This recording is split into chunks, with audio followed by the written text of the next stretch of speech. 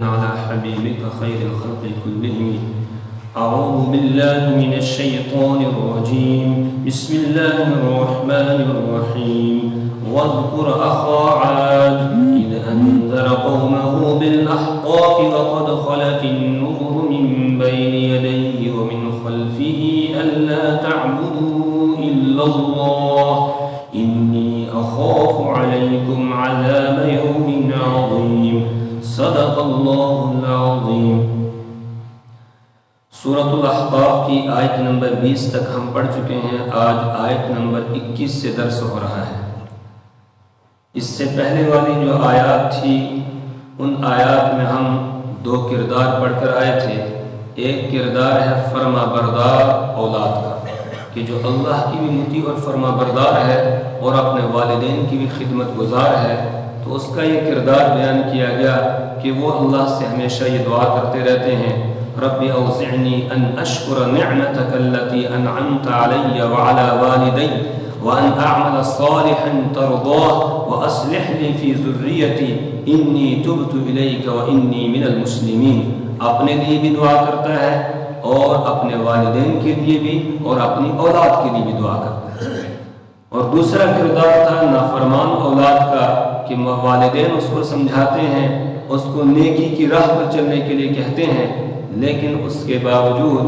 وہ اس کو ماننے کے لیے تیار نہیں ہوتا ہے اور والدین کا مقابلہ کرنے کے لیے آ جاتا ہے اور ان کو بیوقوف اور احمق سمجھ کر آگے سے آخرت کا انکار کرتا ہے اور یہ کہتا ہے ما ھذا الا اساطیر الاولین، کہ یہ جو باتیں آپ مجھے بتا رہے ہو کہ مرنا ہے، مرنے کے بعد پھر دوبارہ زندہ ہونا ہے، پھر اللہ کی عدالت لگے گی، پھر وہاں پر حساب کتاب دینا ہوگا، تو اس کے بارے میں کہتا ہے کہ نعوذ باللہ یہ تو پرانے لوگوں کی قصے کہانیاں ہیں. اس طریقے سے گویا وہ انکار کر دیتا ہے.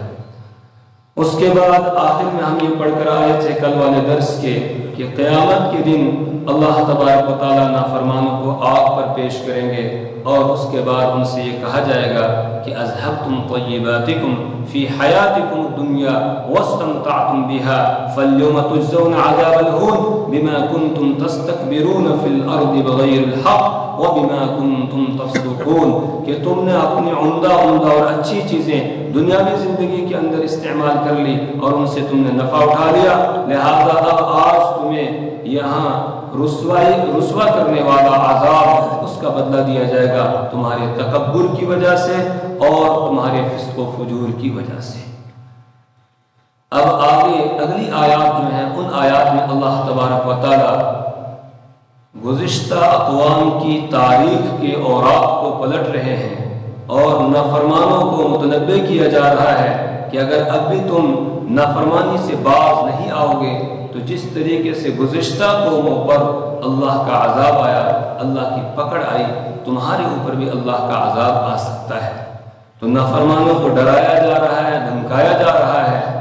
اور فرما برداروں کو، ایمان والوں کو تسلی دی جا رہی ہے کہ اگر یہ تمہیں پریشان کر رہے ہیں اور تمہارا ساتھ نہیں دے رہے، ایمان نہیں لا رہے ہیں، تو رحمت دو عالم صلی اللہ علیہ وسلم کو اور آپ کے ساتھیوں کو تسلی دی جا رہی ہے کہ آپ کو پریشان ہونے کی ضرورت نہیں ہے. اللہ تبارک و تعالیٰ قادر مطلق ہے. جس طرح اللہ تبارک و تعالیٰ نے پہلی نافرمان قوموں کو نیست و نابود کر دیا، اسی طرح ان کو بھی وہ نیست و نابود کر سکتا ہے. جس طاقت کے ساتھ وہ اس دن تھا اسی طاقت کے ساتھ آج بھی وہ موجود ہے، اس کی طاقت میں کوئی فرق نہیں آیا ہے. چنانچہ اللہ ارشاد فرماتے ہیں وَاذْكُرْ أَخَا عَادٍ، وَاذْكُرْ، اور آپ تذکرہ کیجئے اخا عاد، قوم عاد کے بھائی کا. اخن کے معنی آتے ہیں بھائی، تو اخا عاد قوم عاد کے بھائی کا. قوم عاد یہ بڑی طاقتور قوم تھی. اللہ تبارک و تعالیٰ نے ان کو بہت طاقت عطا کی تھی اور بڑے جسم و جثہ والے تھے. یہ لوگ بہت بڑے بڑے ان کے جسم تھے اور جس علاقے کے اندر یہ رہتے تھے وہ علاقہ بھی بڑا سرسبز و شاداب تھا. ان کے بارے میں اللہ تبارک و تعالیٰ نے سورہ فجر کے اندر فرمایا ہے ارم ذات العماد التي لم يخلق مثلها في البلاد، کہ ان جیسے پیدا ہی نہیں کیے گئے. ان کو اتنا جسم و جثہ عطا کیا گیا تھا، اتنی طاقت عطا کی گئی تھی، اتنا مال و دولت عطا کیا گیا تھا کہ ان جیسا کوئی دوسرا پیدا ہی نہیں کیا گیا. لیکن اس طاقت کے باوجود اور جو اللہ تعالیٰ نے ان کو کے باوجود جو ہے جب اللہ کا عذاب آیا تو یہ اس کا مقابلہ نہیں کر سکے۔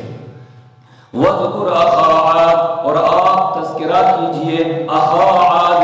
قوم عاد کے بھائی حضرت ہود علیہ السلام کا، اذ انذر قومه بالاحقاف، اذ جب انذر انہوں نے ڈرایا، انذر ينذر انذار کے معنی ڈرانا، انذر انہوں نے ڈرایا قومه اپنی قوم کو بالاحقاف، وادی احقاف ہے، احقاف یہ حقفن کی جمع ہے، اور حقفن کے معنی آتے ہیں ریت کا ٹیلا، تو ان کے علاقے میں ریت کے ٹیلے تھے۔ مفسرین کے ایک طبقے کا کہنا یہ ہے کہ پہلے ان کا علاقہ سرسبز و شاداب تھا، اور جب انہوں نے اللہ کی نافرمانی کی، اللہ کا عذاب آیا، تو پھر وہ علاقہ جو سرسبز و شاداب تھا پہلے، اس کو ریت کے ٹیلوں کی شکل میں تبدیل کر دیا گیا، اور اب وہاں پر کوئی سرسبز و شادابی نہیں ہے بلکہ ریت ہے، اور وہاں چلنا بھی ممکن نہیں ہے، مشکل ہو جاتا ہے۔ ریت میں چلتے چلتے اگر کوئی دھنس جاتا ہے تو پھر اس کا نکلنا بھی مشکل ہو جاتا ہے۔ تو اذ انذر قومه بالاحقاف، جس وقت کہ انہوں نے اپنی قوم کو ڈرایا بالاحقاف، وادی احقاف میں، وقد خلت النذر من بین یدیہ ومن خلفہ، حالانکہ ان سے پہلے، وقد خلت، خلا یخلو کے معنی گزرنا، وقد خلت النذر، النذر نذیر کی جمع ہے، اس کے معنی ڈرانے والے، وقد خلت النذر، حالانکہ ڈرانے والے گزر چکے تھے، من بین یدیہ، ان سے پہلے بھی، ومن خلفہ، اور ان کے بعد، ان سے پہلے بھی انبیاء کرام علیہ السلام گزرے تھے حضرت ہود علیہ السلام سے، اور ان کے بعد بھی انبیاء کرام علیہ السلام آتے رہے۔ اللہ تعبدوا الا اللہ، اللہ تعبدوا کہ تم نہ عبادت کرو، الا اللہ مگر اللہ کی، یعنی اللہ کے سوا کسی اور کی عبادت نہ کرو، اللہ کی بندگی کرو۔ سارے پیغمبر، تمام پیغمبر جو ہے وہ اپنی قوم کو یہی دعوت دیتے رہے کہ لا تعبدوا الا اللہ، کہ اللہ کے علاوہ کسی اور کی عبادت اور بندگی نہ کرو، اللہ ہی کی عبادت کرو، وہی تمہارا معبود ہے، وہی تمہارا خالق اور مالک ہے، وہی تمہارا رازق ہے، وہی سب کچھ عطا کرنے والا ہے، لہذا عبادت اسی کا حق ہے۔ تو لا تعبدوا الا اللہ، نہ عبادت کرو تم الا اللہ مگر اللہ کی۔ انی اخاف علیکم عذاب یوم عظیم، انی اخاف علیکم، بے شک انی، بے شک میں، اخاف اندیشہ کرتا ہوں، ڈرتا ہوں، علیکم تمہارے معاملے میں، تمہارے سلسلے میں، عذاب یوم عظیم، بڑے دن کے عذاب کے، بڑے دن کے عذاب سے۔ انی اخاف، میں ڈرتا ہوں، علیکم یا مجھے اندیشہ ہے تم پر، عذاب یوم عظیم، بڑے دن کے عذاب کا۔ بڑے دن کا عذاب کیا ہے؟ قیامت، کہ قیامت کے دن کا عذاب جو ہے وہ بڑا ہے۔ یوم یقوم الناس لرب العالمین، جس دن سارے لوگ رب العالمین کے سامنے کھڑے ہوں گے اور اپنی زندگی کا حساب کتاب دینا ہوگا، اس دن جس کو عذاب کے اندر مبتلا کیا جائے گا وہ ناکام ہو جائے گا، نامراد ہو جائے گا۔ تو اس بڑے دن کے عذاب کا مجھے تم پر اندیشہ ہے، لہذا تم اللہ کی عبادت کرو، اللہ کے ساتھ کسی اور کو شریک نہ ٹھہراؤ۔ یہ دعوت دیتے رہے لمبے عرصے تک حضرت ہود علیہ السلام اپنی قوم کو، لیکن قوم آگے سے کیا جواب دیتی تھی، اس کو اللہ نے بیان کیا۔ قالوا، اور انہوں نے کہا، اجئتنا، آپ کیا، جئتا، جاء یجیب کے معنی آنا، جئتا آپ آئے ہیں، نہ ہمارے پاس، اجئتنا کیا آپ آئے ہیں ہمارے پاس، لتأفکنا، افکا یأفک افکن، اس کے معنی آتے ہیں پھیرنا، اور افک کے معنی جھوٹ بھی آتے ہیں، کیونکہ جھوٹ میں آدمی سچ سے جو ہے وہ حقیقت سے غیر حقیقت کی طرف پھر جاتا ہے، جو حق ہوتا ہے اس کو چھوڑ کر باطل کو اختیار کرتا ہے، پھر جاتا ہے، اس لیے جھوٹ کو بھی افک کہا جاتا ہے۔ قالوا اجئتنا، وہ کہنے لگے کیا آپ آئے ہیں ہمارے پاس، لتأفکنا، تاکہ آپ لتأفکا پھیر دیں، نہ ہم کو، عن آلہتنا، ہمارے معبودوں سے، جو ہمارے خدا ہے، ہمارے معبود ہیں، جن کو ہم نے جو ہے قادر مطلق سمجھا ہوا ہے، جن کو ہم نے مشکلات کو دور کرنے والا بنا رکھا ہے، حاجت روا سمجھ رکھا ہے، تو کیا آپ ان معبودوں سے ہم کو پھیرنے کے لیے ہمارے پاس آئے ہیں؟ ایسا نہیں ہو سکتا، ہم آپ کی بات نہیں مانیں گے اور اپنے معبودوں کو ہم نہیں چھوڑیں گے۔ فَأْتِنَا فأتنا بما تعدنا إن كنت من الصادقين فأتی آپ لے آئیے نا ہمارے پاس بما تعدو وہ عذاب جس کا آپ وعدہ کرتے ہیں نا ہم سے جس عذاب کا آپ ہم سے وعدہ کرتے ہیں وہ عذاب ہمارے پاس آپ لے آئیے ان کنت من الصادقین اگر آپ سچے ہو اپنی بات میں کہ اللہ کا عذاب آئے گا تو پھر وہ عذاب لا کر دکھائیے ہمیں قیامت کے دن کا عذاب ہو یا دنیا میں اللہ کی پکڑ ہو جو بھی ہو جس سے آپ ہمیں ڈرا رہے ہیں وہ عذاب لا کر دکھائیے اسی طریقے سے ہر ایک قوم جو ہے اپنے نبی سے مطالبہ کرتی رہی اور پھر اللہ کا عذاب ہی آتا حضرت ہود علیہ السلام سے جب انہوں نے عذاب کا مطالبہ کیا تو حضرت ہود علیہ السلام نے بڑے پیار سے جواب دیا قال حضرت ہود علیہ السلام نے فرمایا انما العلم عند اللہ انما العلم بے شک اس کا علم کس کا علم یعنی عذاب کا علم کہ وہ کب آئے گا یا قیامت کا علم کہ وہ کب آئے گی عند اللہ کے پاس جس عذاب سے تمہیں ڈرایا جا رہا ہے اس عذاب کا علم اللہ کے پاس ہے اگر آج کا کوئی ہمارا پیر ہوتا جعلی پیر تو وہ فوراً یہ کہتا کہ بس ابھی ہاتھ اٹھاؤں گا ابھی تمہارا بیڑا غرق ہو جائے گا ابھی یہ ہوگا ابھی وہ ہو جائے گا اس طریقے سے وہ کہے گا لیکن حضرت ہود علیہ السلام نے یا ہر پیغمبر نے اس بات کو اللہ کی طرف موڑا کہ اللہ جانتا ہے میں نہیں جانتا ہوں قال حضرت ہود علیہ السلام نے فرمایا انما العلم عند اللہ بے شک عذاب کا علم عند اللہ اللہ کے پاس ہے اللہ کو معلوم ہے کہ کب وہ عذاب بھیجے گا کس پر عذاب بھیجے گا کہاں عذاب بھیجے گا کس طرح کا عذاب بھیجے گا وہ اللہ کو معلوم ہے میرا کام کیا ہے وَأُبَلِّغُكُمْ مَا أُرْسِلْتُ بِهِ وَأُبَلِّغُكُمْ بَلَّغَ يُبَلِّغُ کہ میں نے پہنچانا وَأُبَلِّغُ اور میں پہنچاتا ہوں تم تک ما وہ پیغام أُرْسِلْتُ بِهِ جو لے کر میں بھیجا گیا ہوں اللہ کی طرف سے جس پیغام کے ساتھ مجھے بھیجا گیا ہے وہ پیغام میں تم تک پہنچا رہا ہوں اپنی رسالت کی جو ذمہ داری اللہ کی طرف سے سونپی گئی ہے اس ذمہ داری کو میں پورا کر رہا ہوں ادا کر رہا ہوں وَلَكِنِّي أَرَاكُمْ قَوْمًا تَجْهَلُونَ وَلَكِنِّي لیکن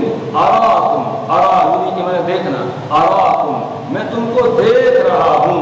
را یرا کہ میں نے دیکھنا میں تم کو دیکھ رہا ہوں قومن تجہلون جاہل قوم جہالت کر رہے ہو تم جو میری بات کو نہیں مان رہے ہو اور اپنے آبا و اجداد والے طریقے کے اوپر جو ہے وہ اڑے ہوئے ہو اس پر ڈٹے ہوئے ہو تو یہ تمہاری جاہلانہ بات ہے یہ جہالت والی بات ہے جو جہالت والا کام ہے جو تم نے اختیار کر رکھا ہے اس لیے میں تم کو دیکھ رہا ہوں قومن تجہلون ایسی قوم کے جو جہالت کر رہی ہے جہالت سے کام لے رہی ہے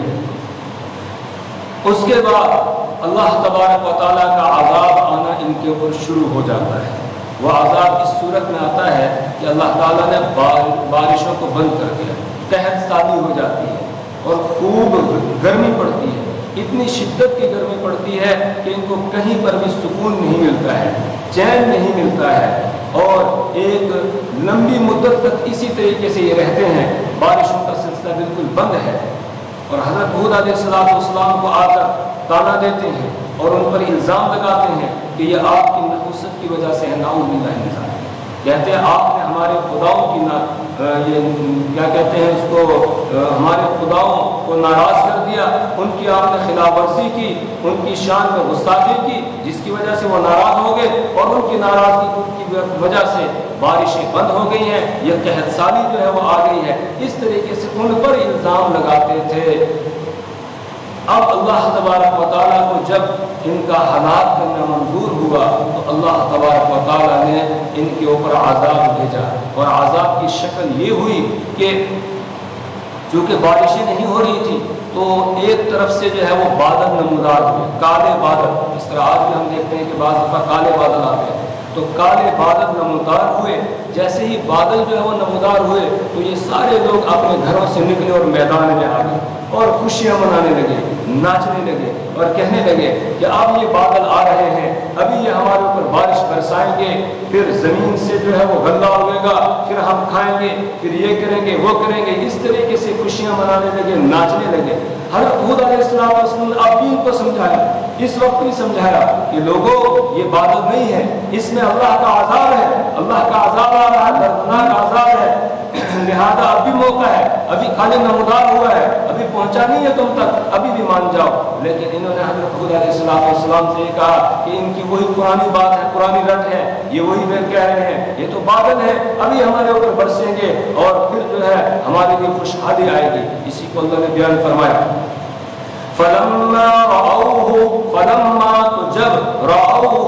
انہوں نے دیکھا اس کو، فلما رأوہ کس کو؟ بادل کو، عارضا مستقبل اودیتہم، عارضا کہ وہ چوڑائی میں پھیلتا ہوا بادل آ رہا ہے، مستقبل اودیتہم، مستقبل کے معنی سامنے سے آنے والا، مستقبل کے معنی سامنے سے آنے والا، تو مستقبل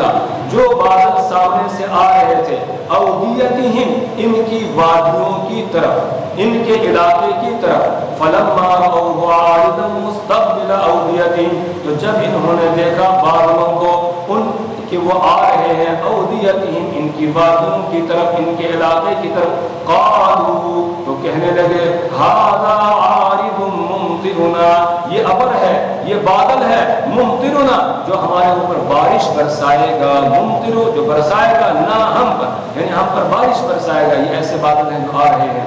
بل هو ما استعجلتم به،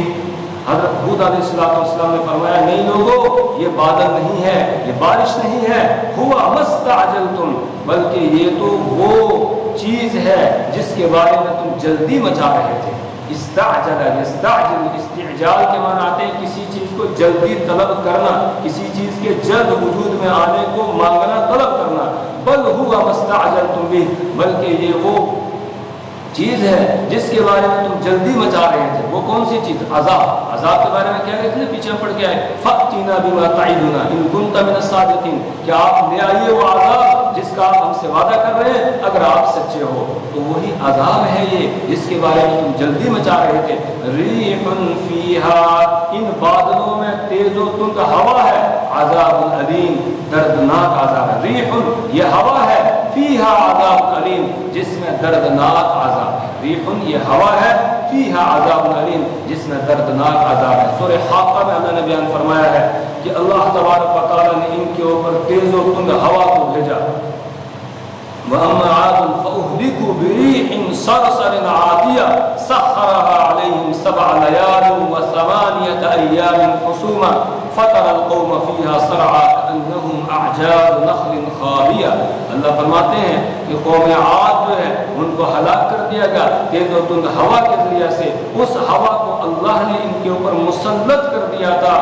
7 لیال و8 ایام، 7 راتوں تک اور 8 دنوں تک۔ بدھ کے دن صبح کے وقت میں یہ ہوا چلنا شروع ہوئی تھی اور اگلے بدھ کی شام کو جا کر یہ بند ہو گئی، تو 7 راتیں بیچ میں آئی اور 8 دن مسلسل ہوا ان کے اوپر چلتی رہی، اور وہ ہوا ان کو اٹھا کر اوپر لے جاتی تھی، اوپر سے پھر جو ہے وہ پٹک کے نیچے ان کو مارا جاتا تھا، اور یہ اس طرح ان کے جسم پڑے ہوئے ہوتے تھے کأنہم اعجاز نخل خاویہ، گویا کہ کھجور کے کھوکھلے تنے ہیں، کھجور کے کھوکھلے تنوں کی طرح ان کے جسم جو ہے وہ نیچے گرے ہوئے ہوتے تھے، پڑے ہوئے ہوتے تھے۔ اس طرح اللہ نے ان کے اوپر عذاب بھیجا۔ تو یہاں بتایا جا رہا ہے ریح، یہ ایک ہوا ہے، فیہا عذاب علیم، جس میں دردناک عذاب ہے۔ تدمر کل شیء بامر ربها، تدمر، دمر یدمر، تدمیر کے معنی ہے تباہ کرنا، برباد کرنا۔ تدمر تباہ کر دے گی یہ ہوا یا یہ عذاب، کل شیء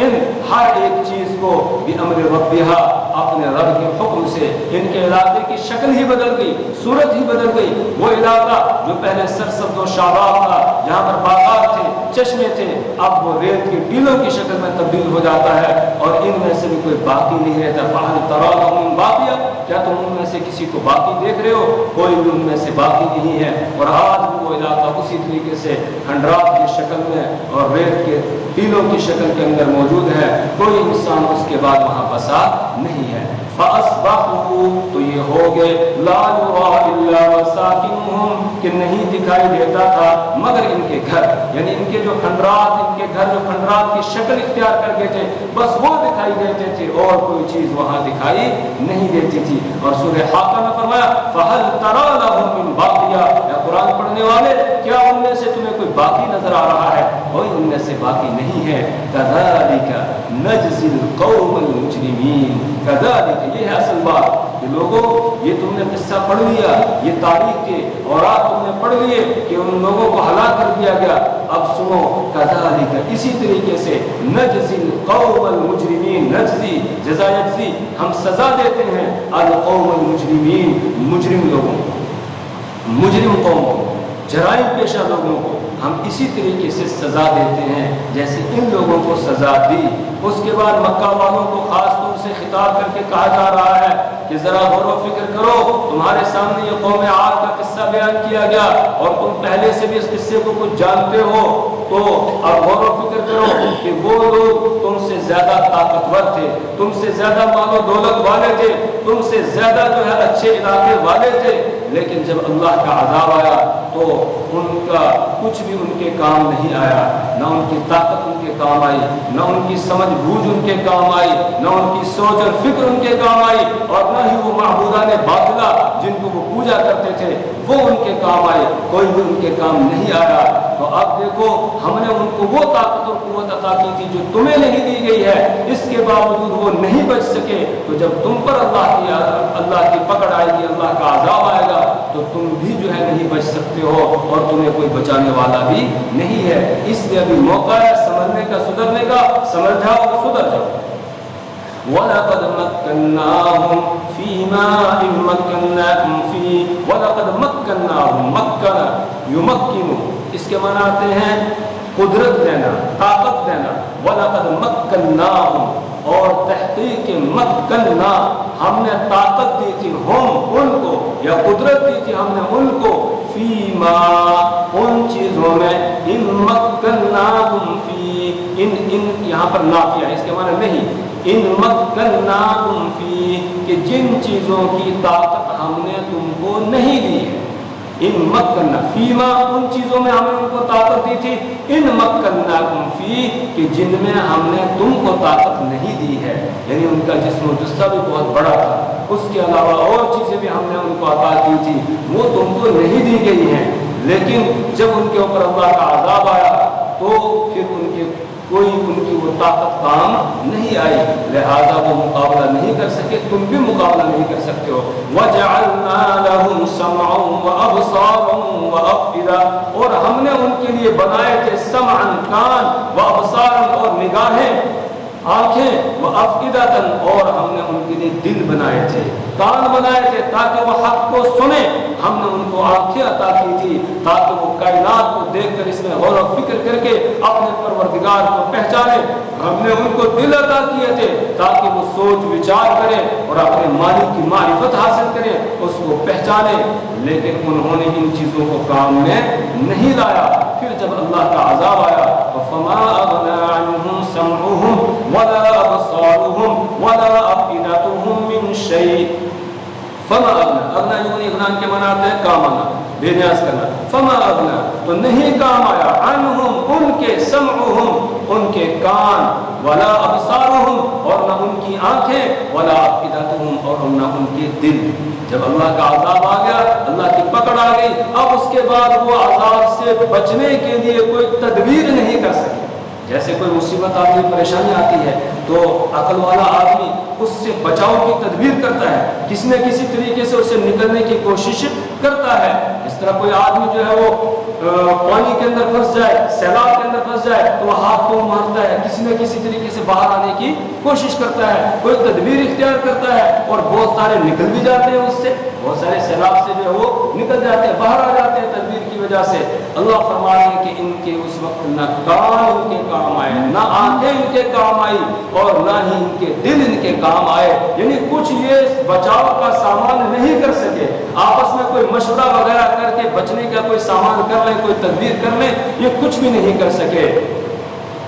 اِذْ كَانُوا يَجْحَدُونَ بِآيَاتِ اللَّهِ، اور ان کے اوپر یہ یہ عذاب کیوں آیا؟ اس لیے کہ کانوا یجحدون، جحد یجحد کا معنی انکار کرنا، اذ کانوا یجحدون، اس لیے کہ یہ انکار کرتے تھے بآیات اللہ، اللہ کی آیات کا، اور جب یہ اللہ کی آیات کا انکار کر رہے تھے تو وحاق بہم ما کانوا بہ یستہزئون، اور ان کو گھیر لیا اس عذاب نے جس کا یہ مذاق اڑایا کرتے تھے، جس عذاب کو یہ مذاق سمجھتے تھے اور اس کا مذاق اڑاتے تھے کہ کہاں ہے وہ عذاب، ذرا لا کر دکھائیے آپ جس سے آپ ہمیں ڈرا رہے ہیں، اس طرح سے مطالبہ کرتے تھے اپنے پیغمبر سے اور اس کو مذاق میں لیتے تھے، وہی عذاب ان کے اوپر آیا اور ان کو ہلاک اور تباہ اور برباد کر دیا گیا۔ اس قصے کو سنا کر اللہ تعالیٰ ہمیں بھی متنبہ کر رہے ہیں کہ تمہیں بھی سنبھلنے اور سدھرنے کی ضرورت ہے، اللہ کی اطاعت اور فرما برداری والی زندگی بسر کرنا۔ اگر تم ایسا نہیں کرو گے تو جس طرح ان کے اوپر پکڑ آئی تمہارے اوپر بھی پکڑ آ سکتی ہے۔